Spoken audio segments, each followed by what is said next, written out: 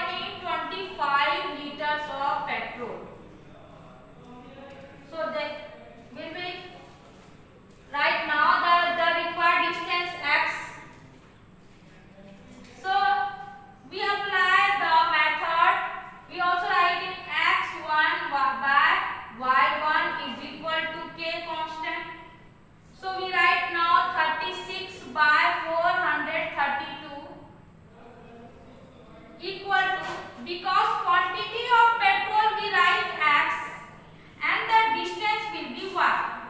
So let us suppose quantity of petrol x and distance y. So by direct variation method, x1 by y1 means 36 by 432 is equal to 25 by x. And as it is you solve by cross multiplication, 36 into x is equal to 432 into 25. Now x equal to 432 multiplied by 25 divided by 36. And now what is the answer?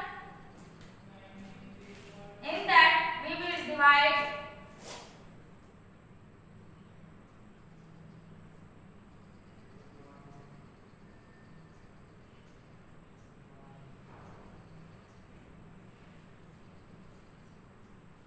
so the answer is 300.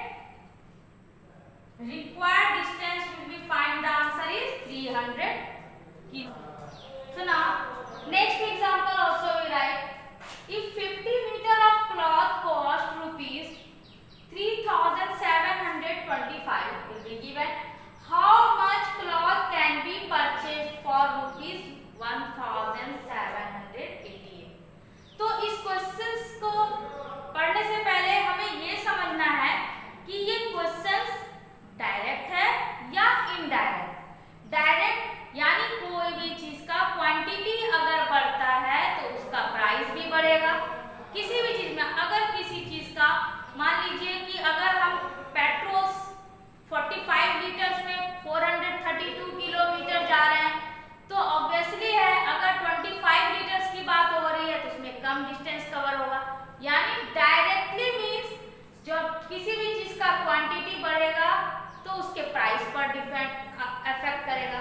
तो यहाँ पर क्या है कि अगर 50 metre of cloth का cost दिया हुआ है 3,725, so how much the cloth can be purchased for rupees 1,788? यानी अगर हम 50 मीटर्स क्लॉथ खरीदते हैं 3,725 में तो 1,788 में कितने मीटर क्लॉथ खरीदेंगे? क्लियरली है कि अगर लेस है कॉस्ट, इसका less is the cost, so less is the less. यहाँ पर हम देख रहे हैं कि इसका क्या है, कॉस्ट दिया हुआ है, पहले में कॉस्ट अधिक है तो इसका इतना है। अगर यहाँ पर कॉस्ट कम हो जा रहा है तो ऑब्वियसली है कि लेस जो है लेंथ ऑफ द क्लॉथ का वो क्या हो जाएगा, प्राइस लेस हो जाएगा। सॉरी प्राइस लेस है तो क्वांटिटी ऑफ जो क्लॉथ की है वो क्या हो जाएगी, कम हो जाएगी। So length of cloth is less. So we write x1 by y1 also is k because there is k is the constant as we know that. So in that example we will write, let the required length of cloth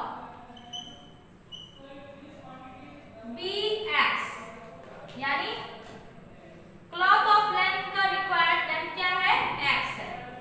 So we apply the method by the direct variation, 50 divided by 3725 is equal to x by 170.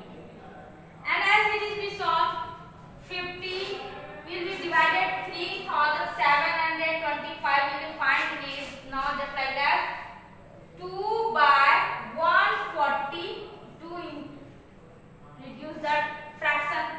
So the find the result is 2 by 149 is equal to x by 1,007. And as it is we solve, 149x equal to 1788 multiplied by 2. Now x equal to 1788 multiplied by 2 divided by 149. And reduce the fraction and find the value is what? So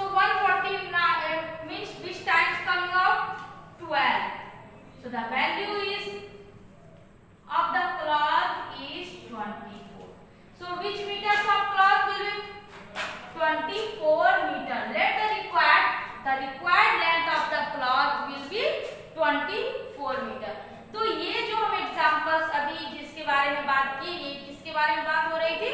variation से related, यानी ये direct variation था। अब हम आप लोगों को explain करेंगे इनडायरेक्ट वेरिएशंस के बारे में। इनडायरेक्ट वेरिएशंस क्या होता है? So now we will discuss about the next is the indirect variation या इनवर्स वेरिएशन भी उसको बोला जाता है। Okay, so now we will explain the inverse proportion.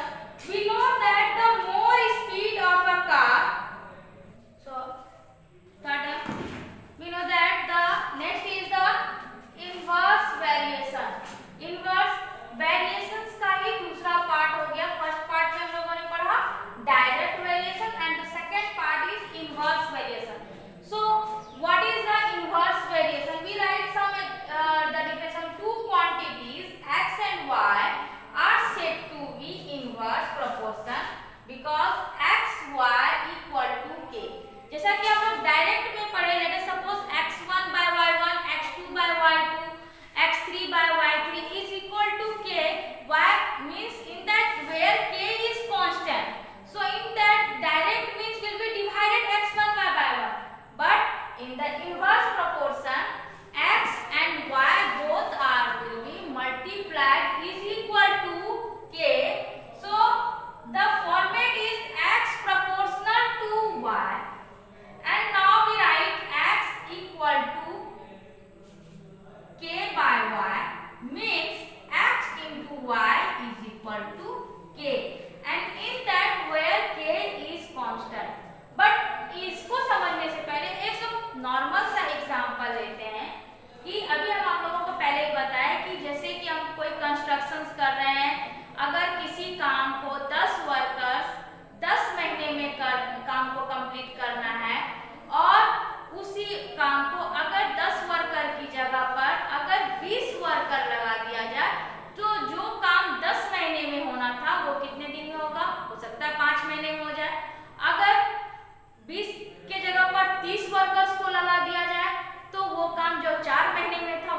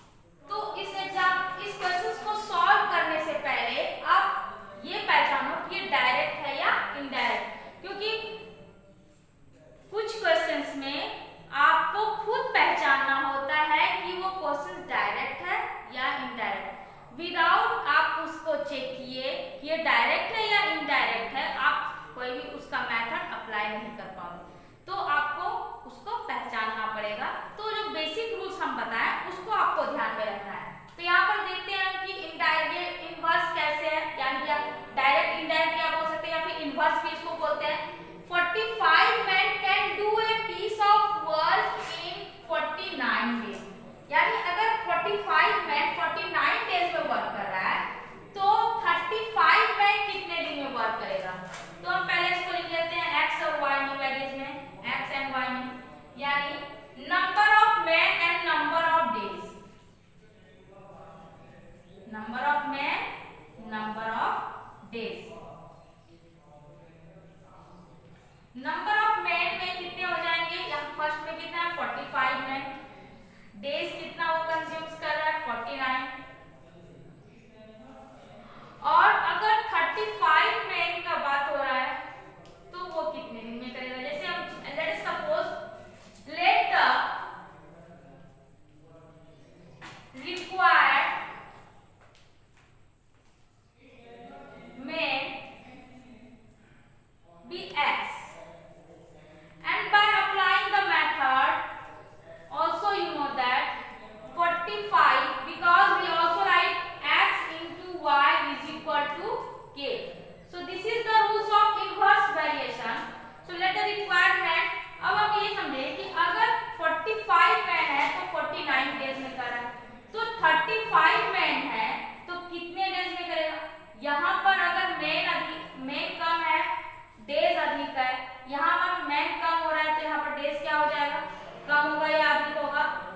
So 45 में 49 है, 35 में कितना है हम देख लेते हैं, 45 into 49 is equal to 35 into x.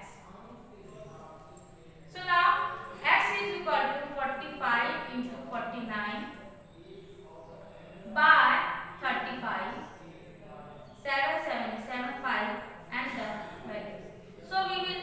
So the required man will be find the answer is 63, यानी 45 मैन 49 डेज में वर्क कर रहा है तो 35 मैन कितने दिन में, कितने दिन किया, how many days, sorry there will be the required may not required, let the required days. So now the required days is 63 days. So this is the examples of the inverse variation. 45 men 49 days, 35 men 63 days. यहाँ man अधिक था तो यहाँ पर days क्या हो रहा है, कम है। अगर यहाँ पर मैन कम हो रहा है तो यहाँ पर डेज क्या हो रहा है, बढ़ रहा है। मैन तो यही इनवर्स वेरिएशंस को पहचानने का तरीका है कि मैन है वह डेज क्या होगा, अगर कम मैन लिया जाएगा, कम वर्कर्स लिया जाएगा तो डेज अधिक होगा, और अगर ज्यादा वर्कर होगा तो कम डेज लगेगा। तो इस तरीके से हम लोग ये एग्जांपल्स को सॉल्व करके आप लोगों को बताया कि ये इनवर्स वेरिएशन है, और इसके पहले वाले में हमने बताया direct variation. Okay, thank you.